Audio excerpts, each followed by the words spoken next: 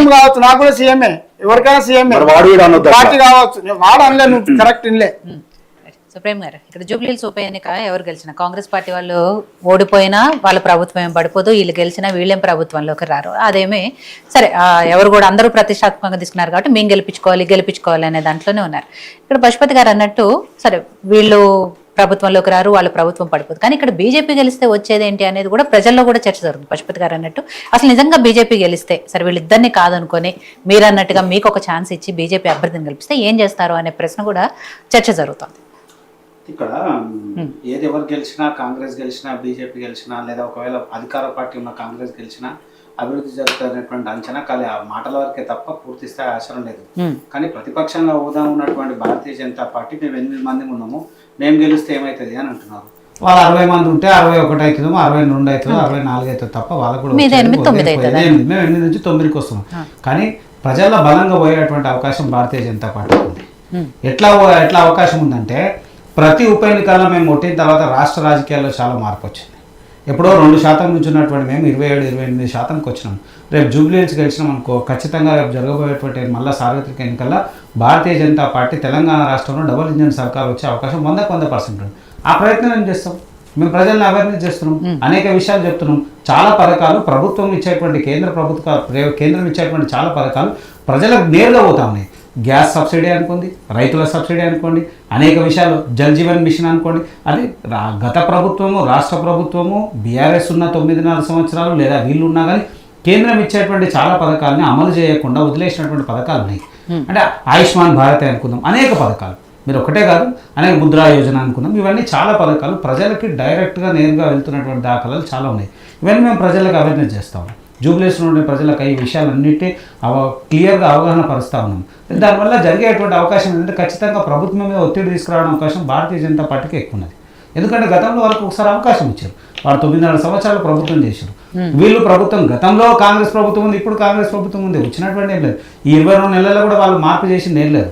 జిహెచ్ఎంసీకి కానీ ప్రత్యేకమైనటువంటి ఏ నియోజకవర్గానికి నిధులు ఇచ్చినట్టు దాఖలాలు ఏంటంటే అప్పులు ఉన్నాయి, అప్పులు కడుతున్నాం, వడ్డీలు చేస్తున్నాం, మాకే ఇచ్చలేదనే పరిస్థితి ప్రభుత్వం మాట్లాడుతుంది. ఒక ప్రభుత్వం అట్లా ఎప్పుడు కూడా మాట్లాడదు. ఆడ కేటీఆర్, రేవంత్ రెడ్డి ఎట్లా మాట్లాడుతున్నారు, ఇక్కడ మా మారయ్య గారు, కార్తిక్ గారు మాట్లాడుతున్నారు. వాళ్ళు కొట్లాడుకున్నారు, వీళ్ళు కొట్లాడుకుంటున్నారు. అసలు ఏంది అవసరము, ప్రజలకు ఏం అవసరము, ప్రజలకు ఏం చేయగలుగుతాం అంటే ఈ 2 పార్టీలు మళ్ళీ చిట్ట చివరి చూసి ఏంటంటే ఆడున్న మైనార్టీలు మాత్రమే చూస్తూ ఉన్నారు. మైనార్టీలకు రాత్రికి మదర్సాలు కడతామని, మీకు శ్మశాన్ గట్లు కట్టిస్తామని, కబ్రస్థాన్లకు మేము నిధులు ఇస్తామని, కబ్రస్థాన్ కట్టిస్తాం. అరే కబ్రస్థాన్ కట్టిస్తారా లేకుంటే వాళ్ళ సంక్షేమం గురించి మాట్లాడతారా?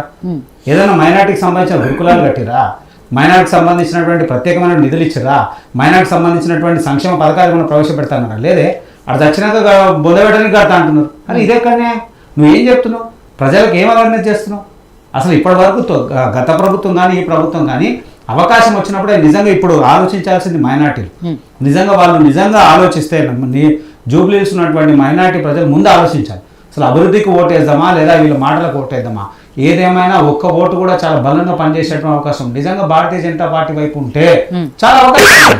దానికి ఎట్లా అయినా అనేక విషయాలు చెప్తున్నాం. వీళ్ళు మాట్లాడు తెలంగాణ రాష్ట్రంలో ఉన్నటువంటి జనాభా 4 కోట్లు. 4 కోట్ల జనాభా ఉన్నటువంటి ఇక్కడ ఉన్నటువంటి ముఖ్యమంత్రికి ఆర్థిక వనరులు లేవు, నేను నడిపే పరిస్థితి లేదు, నాకు ఇబ్బందులు ఉన్నాయి, నాకు అప్పు పుడతలేదు, నాకు ఎవరు సహకరిస్తలేడు, క్యాబినెట్ సహకరిస్తలేదు, అనేక విషయాలు అధికారులు సహకరిస్తారని ముఖ్యమంత్రి మాట్లాడుతున్నాడు. ఈ రాష్ట్రంతో పోలిస్తే ఉత్తరప్రదేశ్ 5 రాష్ట్రాలతో సమానం. అక్కడ ఉన్నటువంటి 24 కోట్ల మంది జనాభాకి ఆడ Bharatiya Janata party double engine సర్కార్ అక్కడ ఉన్నటువంటి నరేంద్ర మోడీ గారి సహకారంతో యోగి గారు పూర్తి స్థాయి పాలన చేస్తూ అభివృద్ధి పక్షంలో పోతా ఉన్నారు కదా. అక్కడ అంటా ఉన్నాం మేము మాకు చేత రైతులేదు, మేము చేస్తలేమని అంటలే కదా. సగానికి 10 మంది మన దగ్గరనే ఉన్నారన్న తెలంగాణలో ఆడ జనాభా. యూపీ అంటే ఉన్నారా లేదా, అది వలస వచ్చిరా, అది మనమే కాదు దేశం నలుగురు వలస ఎందుకు వచ్చారు అంటే నిజంగా మీరు అన్నట్టుగా అక్కడ డెవలప్మెంట్ జరిగితే అక్కడ వాళ్ళకి ఉపాధి ఉంటే ఎందుకు ఇక్కడికి వస్తారు? అనేక విషయాలు మనం మాట్లాడుకుందాం అంటే ఇప్పుడు కూడా ఇంత అభివృద్ధి చెప్పింది వాళ్ళ 9.5 సంవత్సరాలు వాళ్ళది కదా, వీళ్ళు వచ్చారు కదా.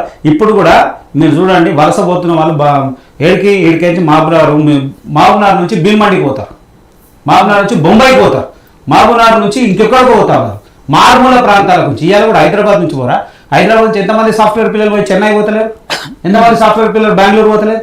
అభివృద్ధి వాళ్ళ ఎంప్లాయ్మెంట్ కోసం ఎవరెక్కడికైనా పోతారు. వాళ్ళు అక్కడికి వస్తున్నంత మాత్రం అక్కడ అభివృద్ధి లేదని అంటే మేము ఎక్కడ మాట్లాడేదా, మీరు డబుల్ ఇంజిన్ సర్కార్ అన్నారు. మేము ఎక్కడ మాట్లాడేదా, మరి సింగిల్ ఇంజిన్ సర్కార్. మేము ఎక్కడ అన్నామా ఏమని, మాకు ప్రభుత్వం చేతనైతే లేదు, మాకు ఇబ్బందులు ఉన్నాయి, మాకు నిధులు లేవు, మేము అప్పుల పాలన్నాము. అప్పులున్నాయని తెలుసు కదా, అయినా సాధ్యమైతే లేదు. ఒకటే చెప్తా ఉన్నాము, ప్రజలు ఇవన్నీ గమనిస్తారు. ముందటితో పోలిస్తే ప్రజల్లో ఇప్పుడు అవగాహన ఉంది, ప్రతి ఒక్కరికి ప్రతి విషయం మీద పూర్తి స్థాయి అవగాహన ఉంది. ఈ రెండు పార్టీలు చేస్తున్నటువంటి వీళ్ళని 9.5 సంవత్సరాలు వీళ్ళని భరించారు, 2 సంవత్సరాలు వీళ్ళని భరించారు, గతంలో 50 సంవత్సరాల పైగా కాంగ్రెస్ పాలన అంతా కూడా చూశారు. కాబట్టి భారతీయ జనతా పార్టీ వైపు చూస్తున్నారు, భారతీయ జనతా పార్టీ వైపు అడిగేస్తున్నారు అన్నట్టు ఒక భావం మాకున్నది. ఖచ్చితంగా జూబ్లీహిల్స్ ప్రజలు భారతీయ జనతా పార్టీ వైపు ఉన్నారు, మేము ఘన విజయం మాది. రైట్. సో పశుపతి గారు, జూబ్లీహిల్స్ నియోజకవర్గంలో ఎప్పుడు కూడా గతంలో ఓటింగ్ పర్సంటేజ్ 50%కి మించి జరగలేదు. సో అది ఈసారి ఎంత అవుతుంది, ఉప ఎన్నికల్లో ఎంత పర్సంటేజ్ నమోదవుతుంది ఏంటి అనే దాంట్లో ఒకవేళ పెరిగితే ఎవరికి అవకాశం ఉండే అవకాశం ఉంది, ఈవెన్ తగ్గినా కూడా గతంతో కంటే తగ్గితే కూడా ఎవరికి నష్టం జరిగే అవకాశం ఉంది? ప్రధానంగా జూబ్లీహిల్స్ ఎలక్షన్స్ బై ఎలక్షన్స్ కాబట్టి ప్రతిపక్ష పార్టీలు కానీ వీళ్ళు కానీ ప్రభుత్వం కానీ ప్రతి మూలకున్న ఓటర్ని కూడా క్యాప్చర్ చేయడానికి ట్రై చేస్తారు. డెఫినెట్లీ గత ఎన్నికల వరవడి కంటే ఈసారి ఎక్కువనే పర్సంటేజ్ ఉంటుంది.